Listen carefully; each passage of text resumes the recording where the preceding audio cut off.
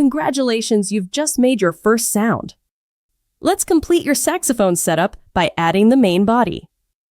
Rest your mouthpiece and attached crook in your case and pick up the main body of the saxophone via the horn end. Attach it to your neck strap using the small loop midway on the back of your saxophone. Now pick your mouthpiece and crook back up and attach it to the main body. To do this, first remove the end plug and leave this in your case.